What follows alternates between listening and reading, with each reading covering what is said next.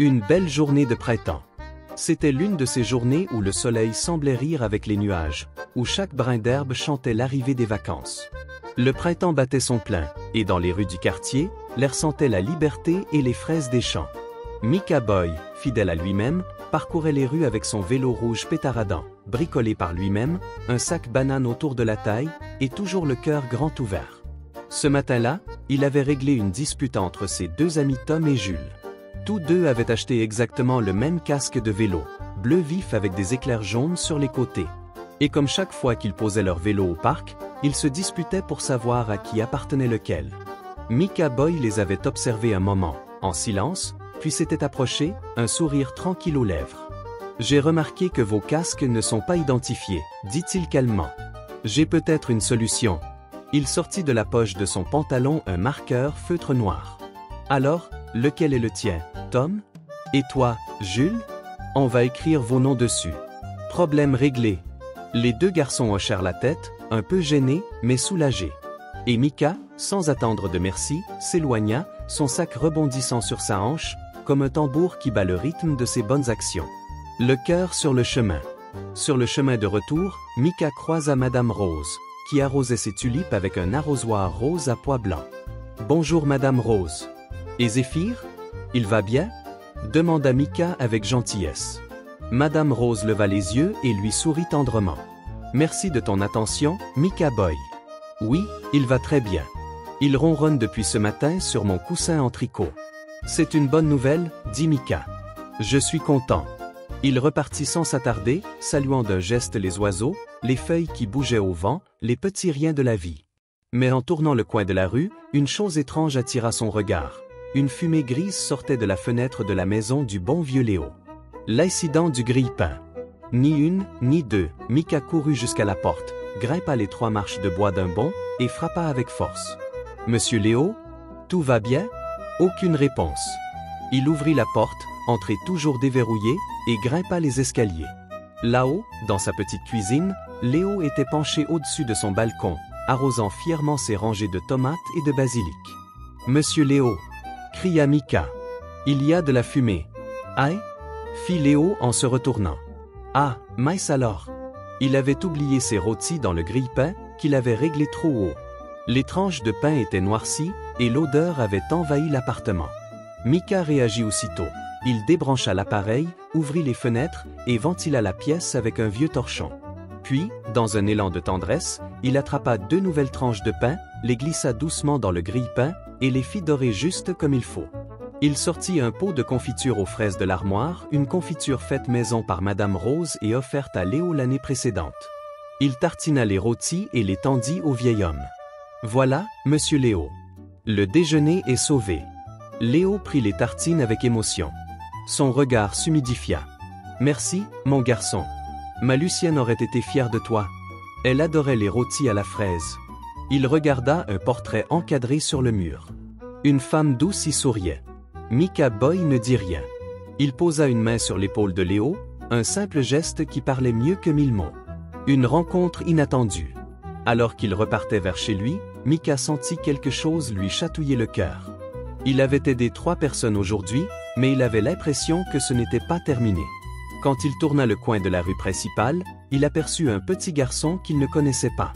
Il était assis sur le trottoir, le visage caché dans ses bras. À côté de lui, un sac d'école, usé et déchiré. Micah s'approcha doucement. « Salut, tout va bien ?» Le garçon leva la tête. Ses yeux étaient rougis par les larmes. « Je m'appelle Nathan. On vient d'arriver dans le quartier. Je connais personne. Et demain, c'est mon anniversaire, mais j'ai pas d'amis à inviter. » Micah sentit une chaleur douce lui monter dans la poitrine.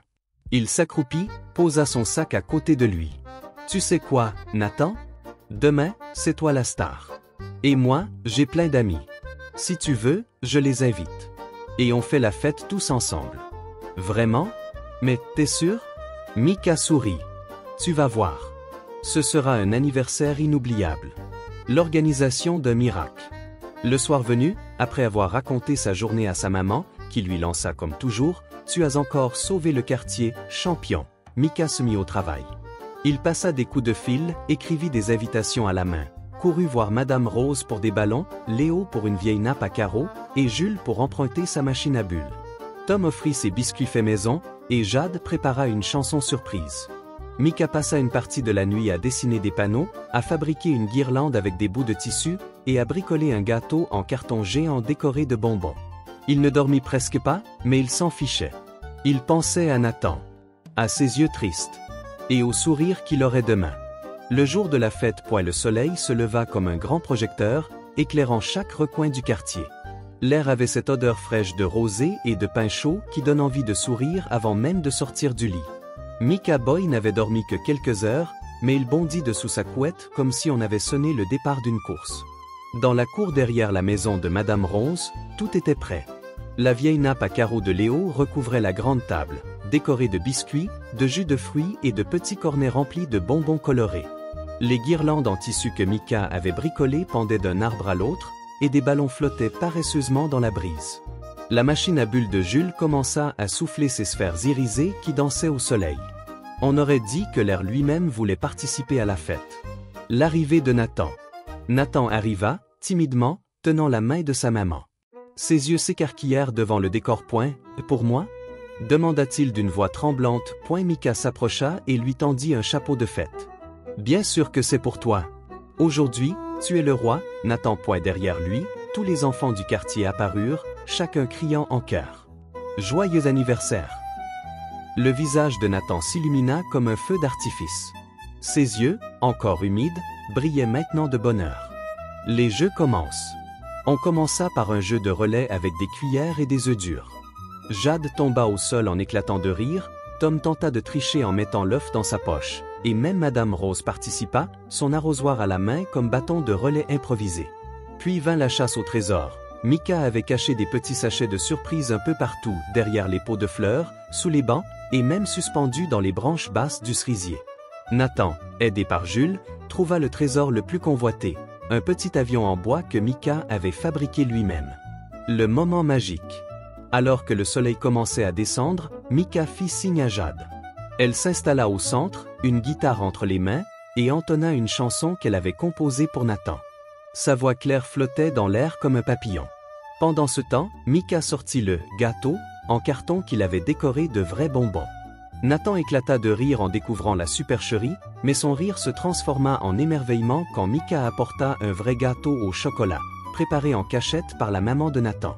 Tout le monde chanta, les bougies furent soufflées, et les applaudissements résonnèrent dans toute la rue.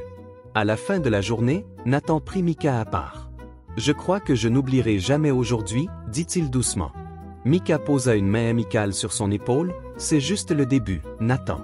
Maintenant, tu as toute une bande d'amis ici et, comme pour sceller cette promesse,